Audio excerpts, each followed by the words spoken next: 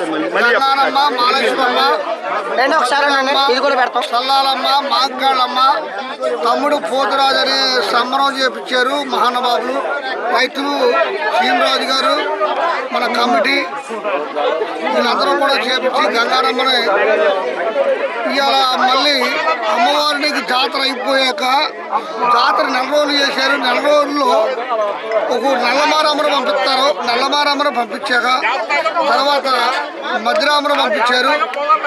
మధ్యరామను పంపించాక మరి కొర్లబండి ఎక్కి కొర్లపాట ఎక్కమంటారు. అవునే కొర్లబండి ఎక్కి వెళ్ళాలి. ఇద్దరు అంటే అది ఊరికి అది చూడలేకుండా అమ్మవారు కథ, గంగానమ్మ కథ, చరిత్ర అని 101 దేవతల కథ ఉంటుందండి. అది 9 మంది మహారాజుల కథ ఉంటుంది. ఆ కథ చెప్పితే ఆ కథ చెప్పి ఆ భగవంతుడి ద్వారాగా అమ్మవారిని కొలిసిన వారే మహారాజు రాజుల పల్లి కొలవకుండా మానేసి శివుని పూజ చేస్తారు.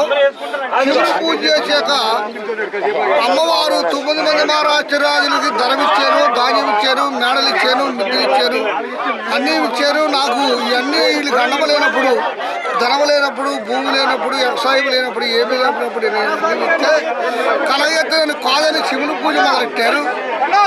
ఆ శివుని పూజ మొదలెడితే అమ్మవారు 9 మంది మహారాజు రాజులు తీసుకెళ్లి కొరలు వేసింది. ఆ కొరలు విడిపిస్తాడు శివుడే రాజులంట. శివుడు పడిమారిపోయి రాజు దేవరావుడే జన్మిస్తాడు.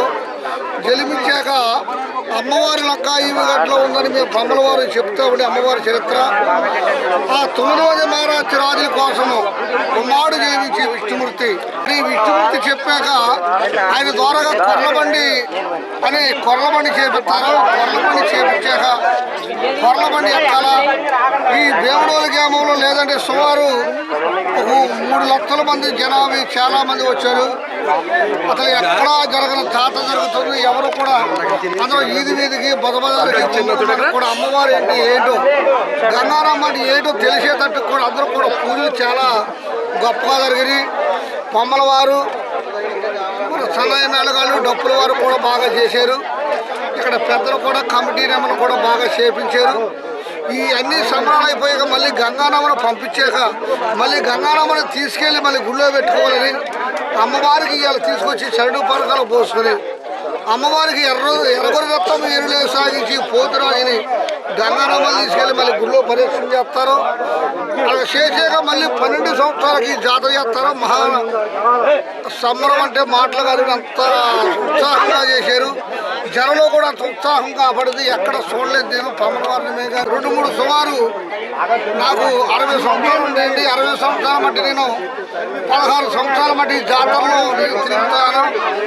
ఈ జాతరలో 15 సంవత్సరాల మట్టి తిరుగుతున్నాను కాబట్టి ఎక్కడే జాతర జరిగినా మధురామ్మకైనా, గంగానమ్మకైనా, ముత్యాలమ్మకైనా, ఎవరికైనా అమ్మలవారు మేము వెళ్ళి కథ చెప్తాం.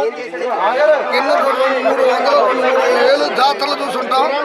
ఇటువంటి జాతర జరగలేదు, ఎక్కడ జరగలేదు. జనాలు కూడా అమ్మవారిని పూజించడం బాగా పూజించారు. అన్నీ బాగానే ఉండేది.